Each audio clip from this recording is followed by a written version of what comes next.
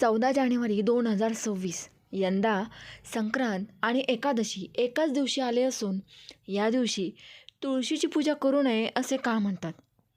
श्री स्वामी समर्थ मित्रांनो, 2026मध्ये संक्रांत आणि एकादशी एकाच दिवशी आले असून चुकूनही तुळशीला पाणी घातले तर किंवा केस धुण्याचे परिणाम काय? संक्रांत आणि एकादशी एकाच दिवशी आली तर तुळशीची पूजा करायची की नाही? महिलांनी सर्वात आधी हे सत्य जाणून घ्या.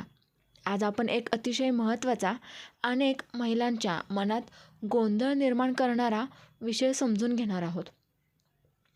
संक्रांत आणि एकादशी एकाच दिवशी आली तर तुळशीची पूजा करायची की नाही? तुळशीला पाणी घालायचे की नाही? आणि चुकून जर पाणी घातले तर काय परिणाम होतात? अनेक महिला श्रद्धेने रोज तुळशीला पाणी घालतात, दिवा लावतात, नमस्कार करतात. पण काही दिवस असे असतात ज्या दिवशी ही पूजा थांबवावी लागते, कारण त्या दिवशी पूजा करणे म्हणजे पुण्य नव्हे तर दोष निर्माण होतो. एकादशी हा विष्णू भगवानाचा अत्यंत पवित्र व्रताचा दिवस आहे.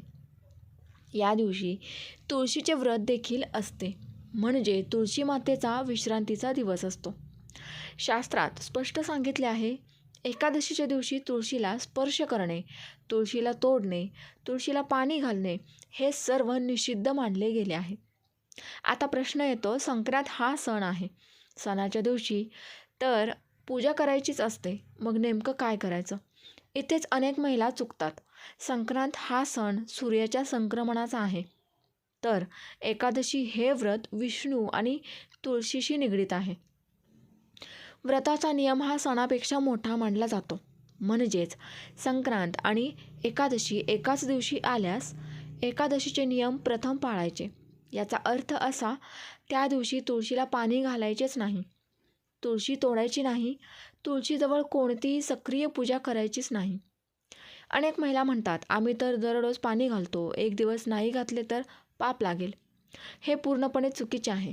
शास्त्र सांगते, ज्या दिवशी तुळशीचे व्रत असते त्या दिवशी तुळशीला विश्रांती द्यावी, तिला त्रास देऊ नये. जर त्या दिवशी पाणी घातले तर ते पुण्य नसून दोष ठरतो आणि हा दोष घरातील महिलांवर परिणाम करतो, विशेषतः गृहिणींवर. एकादशीच्या दिवशी तुळशीला पाणी घातल्याने महिलांच्या जीवनात नेमके काय बदल होतात आणि का? संक्रांत दिवशी हा दोष अधिक वाढतो. संक्रांत दिवशी एकादशी असल्यास तुळशीला पाणी का घालू नये? महिलांच्या जीवनावर होणारे परिणाम. आता आपण खूप महत्त्वाचा मुद्दा समजून घेणार आहोत. संक्रांत आणि एकादशी एकाच दिवशी आली आणि महिलांनी चुकून तुळशीला पाणी घातले तर काय होते? हे कोणालाही घाबरवण्यासाठी नाही, तर अनेक महिलांनी स्वतः अनुभवलेले सत्य आहे. एकादशीच्या दिवशी तुळशी माता योगनिद्रेत असते, म्हणजे ती विश्रांती घेत असते. त्या दिवशी तिला स्पर्श करणे म्हणजे त्या व्रताचा भंग होतो. संक्रांत हा सूर्यदेवाचा दिवस आहे. सूर्य संक्रमणाच्या दिवशी ऊर्जा खूप तीव्र असते. जेव्हा एकादशीची शांत ऊर्जा आणि संक्रांतीची तीव्र ऊर्जा एकाच दिवशी येते तेव्हा तुळशी अत्यंत संवेदनशील अवस्थेत असते.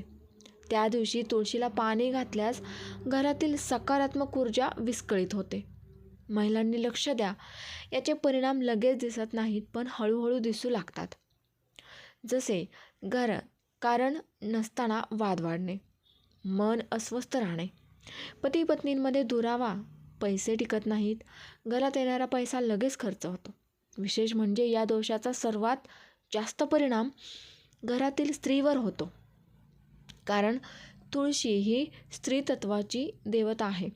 अनेक महिला म्हणतात, संक्रांत या दिवशी पूजा नाही केली तर लक्ष्मी नाराज होईल. पण शास्त्र सांगते, नियम मोडून केलेली पूजा लक्ष्मीला आवडत नाही. लक्ष्मी ही नियमांची देवता आहे. एकादशीच्या दिवशी तुळशीला पाणी न घालणे तुळशीचा अपमान नाही, तर तिचा सन्मान आहे. त्या दिवशी काय करावे? तर फक्त मनात नमस्कार करा, तुळशीजवळ दिवा लावू नका, पाणी घालू नका, फुले वाहू नका. हे केल्याने तुळशी प्रसन्न राहते आणि लक्ष्मी दोष लागत नाही.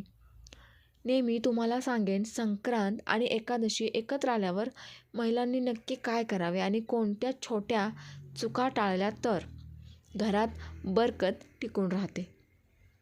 संक्रांत आणि एकादशी एकाच दिवशी महिलांनी काय करावे? तुळशीचा दोष टाळण्यासाठी महत्त्वाचे नियम आता आपण शेवटच्या आणि सर्वात उपयोगी भाग पाहणार आहोत. संक्रांत आणि एकादशी एकाच दिवशी आली तर महिलांनी नेमके काय करायचे? सकाळी उठल्यावर तुळशीजवळ जाऊन हात जोडून मनात नमस्कार करा. पण पाणी घालू नका, तुळशी तोडू नका, दिवा लावू नका, फुले अर्पण करू नका.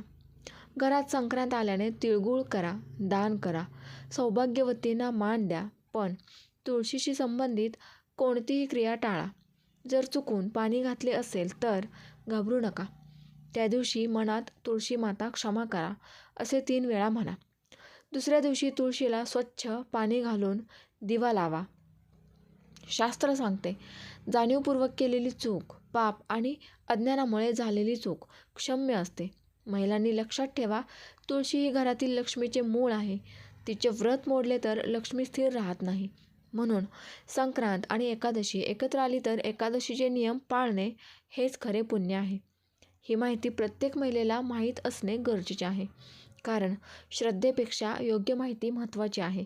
जर तुम्हाला ही माहिती उपयोगी वाटली तर इतर महिलांपर्यंत जरूर पोहोचवा, कारण योग्य वेळी योग्य नियम पाळले तरच लक्ष्मी प्रसन्न होते आणि घरात सुखशांती टिकून राहते. एकादशीला तुळशीला पाणी का घालत नाहीत? यामागील खरी शास्त्रीय आणि आध्यात्मिक कारणे अनेक महिलांच्या मनात हा प्रश्न असतो. एकादशीला तुळशीला पाणी घातले नाही तर तुळशी कोमेजेल का? की पाप लागेल का? खरं कारण फार वेगळं आहे. मित्रांनो, शास्त्रानुसार एकादशीच्या दिवशी तुळशी मातेचे व्रत असते. या दिवशी तुळशी माता उपवासात असते, म्हणून तिला पाणी दिले जात नाही.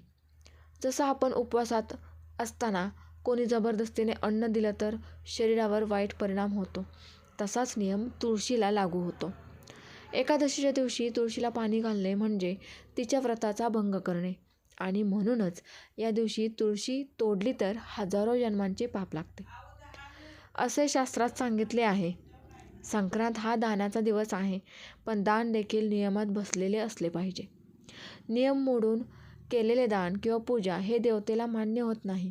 महिलांनी जाणून घ्यावी अशी अतिशय सूक्ष्म पण महत्त्वाची गोष्ट. तुळशी ही केवळ एक वनस्पती नाही, ती स्त्री शक्तीचे प्रतीक आहे. घरातील स्त्री जशी घराला सांभाळते तशी तुळशी घराची ऊर्जा सांभाळते. म्हणून तुळशीशी संबंधित दोष थेट महिलांच्या जीवनावर परिणाम करतो. ज्या घरात एकादशीला तुळशीला पाणी घातले जाते त्या घरातील महिला सतत थकवा, चिडचिड, नकारात्मक विचार आणि मन शांतीचा अभाव जाणवतो. हा योगायोग नाही. संक्रांत आणि एकादशी एकाच दिवशी आल्या तर तुळशीजवळ काय अजिबात करू नये. तुळशीला पाणी घालू नका, तुळशी तोडू नका, तुळशीसमोर धूप दीप लावू नका, तुळशीला स्पर्श करू नका, प्रदक्षिणा घालू नका. तुळशीजवळ मंत्र मोठ्याने म्हणू नयेत, फक्त मनात नमस्कार करावा. हे केल्याने तुळशी प्रसन्न राहते आणि दोष लागत नाही. अनेक महिला विचारतात, मग त्या दिवशी विष्णूंची पूजा कशी करायची? उत्तर सोपे आहे. घरात विष्णूची मूर्ती किंवा फोटो असेल तर त्या ठिकाणी पूजा करा. तुळशीपत्र वापरू नका, पण फक्त फूल अर्पण करा. मनात विष्णू नामस्मरण करा. हेच त्या दिवशी सर्वात श्रेष्ठ पुण्य आहे. चुकून चूक झालीच असेल तर महिलांनी काय करावे? जर अज्ञानामुळे संक्रांत, एकादशी या एकाच दिवशी तुळशीला पाणी घातले असेल तर घाबरू नका, भीती बाळगू नका, कारण शास्त्र सांगते, अज्ञानातून झालेली चूक क्षम्य असते. त्या दिवशी संध्याकाळी मनात शांतपणे तुळशी माता क्षमा करा हे 3 वेळा म्हणा. दुसऱ्या दिवशी लवकर उठून तुळशीला स्वच्छ पाणी घाला, दिवा लावा आणि मनापासून नमस्कार करा. इतके केल्याने दोष शांत होतो.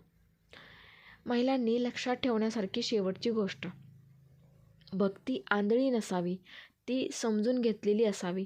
कारण नियम समजून पूजा केली तरच लक्ष्मी स्थिर राहते. संक्रांत आणि एकादशी एकत्र आल्या तर एकादशीचे नियम पाळणे हेच खरे पुण्य आहे. व्हिडिओ आवडल्यास व्हिडिओला लाईक आणि शेअर नक्की करा, आणि चॅनलवर नवीन असाल तर चॅनलला सबस्क्राईब करा. श्री स्वामी समर्थ. जय जय स्वामी समर्थ.